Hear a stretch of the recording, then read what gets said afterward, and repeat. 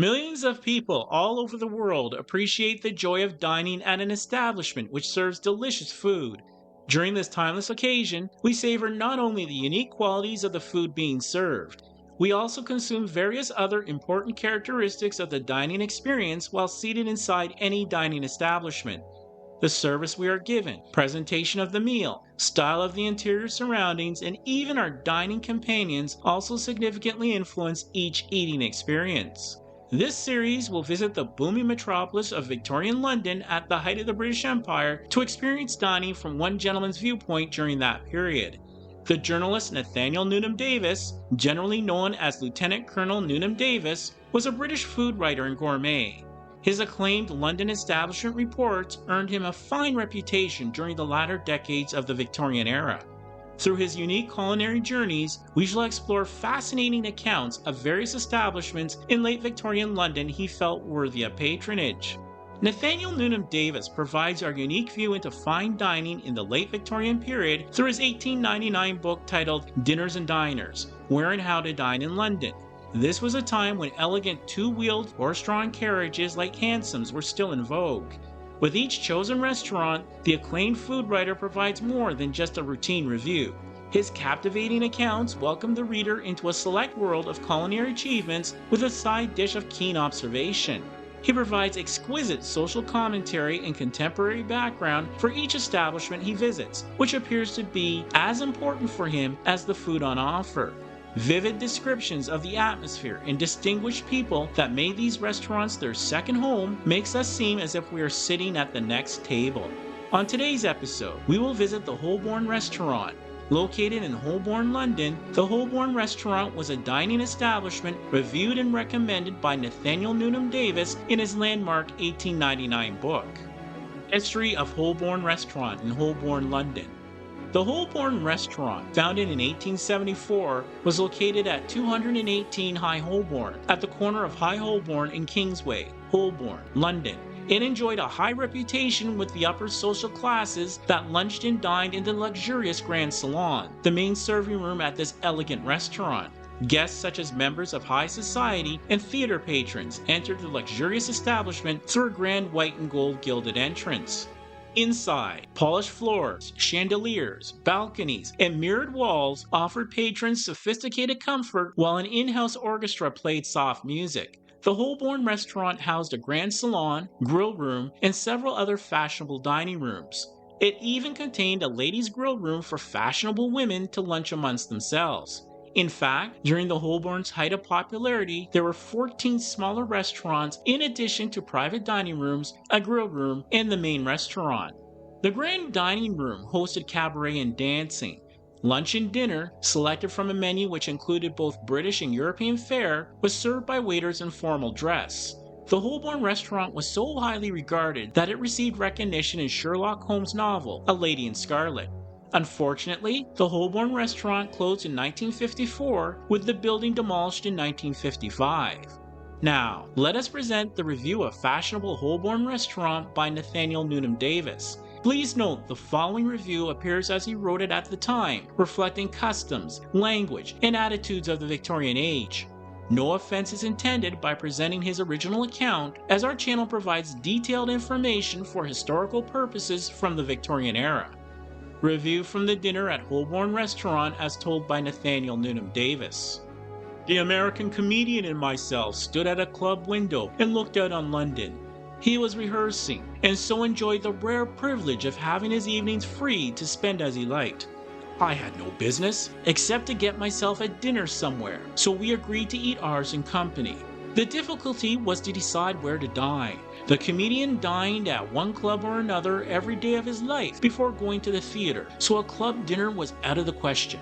Not having a lady to take out, we agreed that we did not care to go to any of the smart restaurants. We wanted something a little more elaborate than a grill room would give us, and more amusing company than we were likely to find at the smaller dining places we knew of. I think that the suggestion to dine at the cheap table d'hôte dinner at one of the very large restaurants, to listen to the music and look at the people dining, came from me. Our minds made up on this point, there was the difficulty of selecting the restaurant, so we agreed to toss up, and the spin of the coin eventually settled upon the Holborn Restaurant. In the many-colored marble hall, with its marble staircase springing from either side, a well-favored gentleman with a close-clipped gray beard was standing, a sheet of paper in his hand, and waved us towards a marble portico through which we passed to the grand saloon with its 3 galleries supported by marble pillars.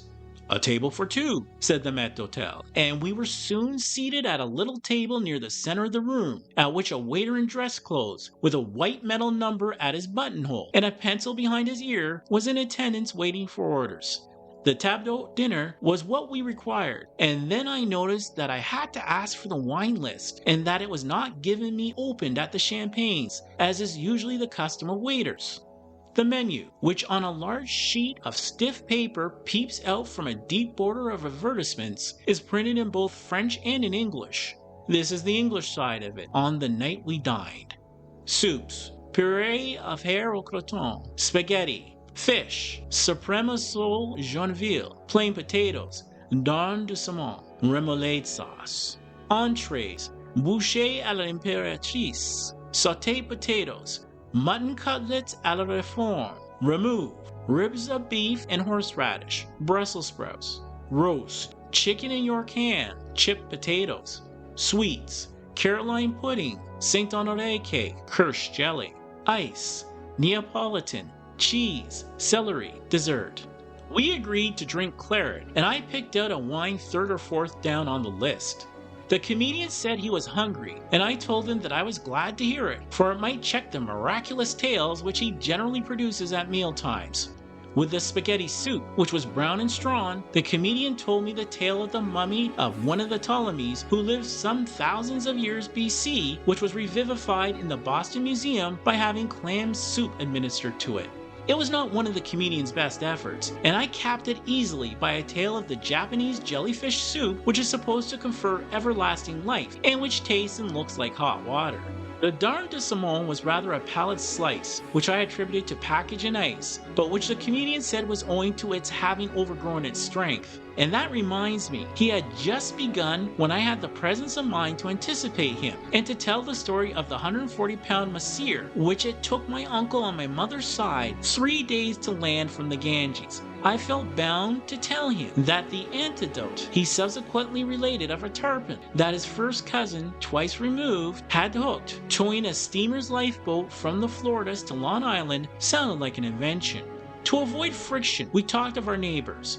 Next door to us was a merry little party of 3 ladies, one a widow, and a gentleman in a red tie, and the comedian invented quite a storiette, after the manner of Dickens, of the kindly brother taking his 3 sisters out to dine on the birthday of one of them. No brother would order champagne for his sisters except on the occasion of a birthday, he said. A couple in mourning were husband and wife, and the comedian, being in the vein, wore a pathetic little story round the unconscious couple. 2 young men in spick-and-span black coats, with orchids in their buttonholes, dining with 2 pretty girls, were groomsmen from some wedding entertaining 2 of the bridesmaids. Some nodding plumes showing over the second balcony the comedian declared must belong to the principal boy of some provincial pantomime. The cutlet of mutton that was brought to each of us was small, and had suffered from having to journey some way from the kitchen, but it was well cooked, and there was unlimited sauce with it. When I told the comedian the establishment fact that at the Cape the sheep have to have wheels fitted to their tails, he pretended that in New England there is a breed that draw their tails in miniature wagons. I flatter myself, however, that my tale of the Ovis Pulley, the perpendicular shot, and the 3,000 feet fall down a Kashmirian gully left him breathless. To save the comedian from brain weariness caused by invention, I drew the waiter into conversation, and, beginning with the band, a good band, but much too loud, learned that we should find the time each piece was played on the program, which was on the back of the menu. It was not a full night, our waiter told us, but we were early, and it was only 7:15, and the saloon would fill up presently. And then he drifted into wonderful figures of the number of guests the Holborn could hold at one time. We wondered inwardly, but sent him off to get us our beef and Brussels sprouts. When I was out with Buffalo Bill, the comedian began as the waiter returned, but as my only story to go with beef is a wildebeest story, not one of my best, I mentioned somewhere austerely that our helpings were growing cold. Then the comedian, who was invincible in appetite, ate a helping of chicken and ham and reported favorably. Encouraged by this, I ate a slice of the ham which, with a dash of champagne for sauce, was good. The sweets we took as read, and finished up our dinner with an ice, a trifle too salt, I thought. The waiter had been disappointed at our taking no sweets, but when we refused the offer of cheese and celery and dessert, he was afraid that something must be the matter with us, for most people at the Holborn eat their dinner steadily through. The saloon had filled up as our waiter had predicted. There was a howling swell with tuberoses in the buttonhole of his frock coat and a lordly mustache. There were 2 youngsters in dress clothes and made-up ties, making merry with 2 damsels. There was a pretty actress. She's going to play in our new piece. It's her first night off from playing at the Frivolity, and she has come here to be quiet, said the comedian. There was a businessman from the north being entertained by 2 city friends, and a host more diners whose history we had not time to invent, for our waiter had taken the pencil from his ear and was standing ready with a little book in his hand. Dinners, 7 shillings. Attendance, 6 pence. 1 bottle of claret, 4 shillings 6 pence.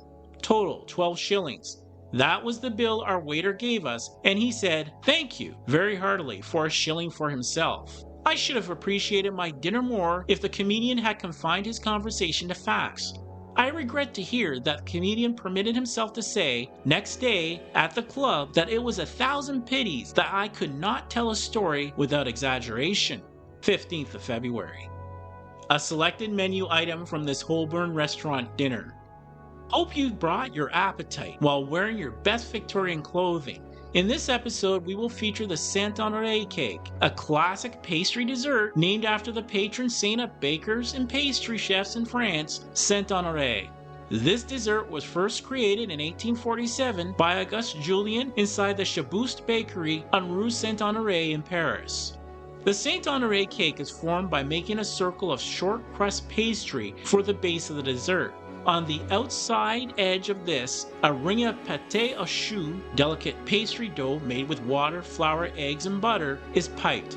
On top of the pâte à choux, one adds baked choux puffs side by side that have been coated in caramelized sugar.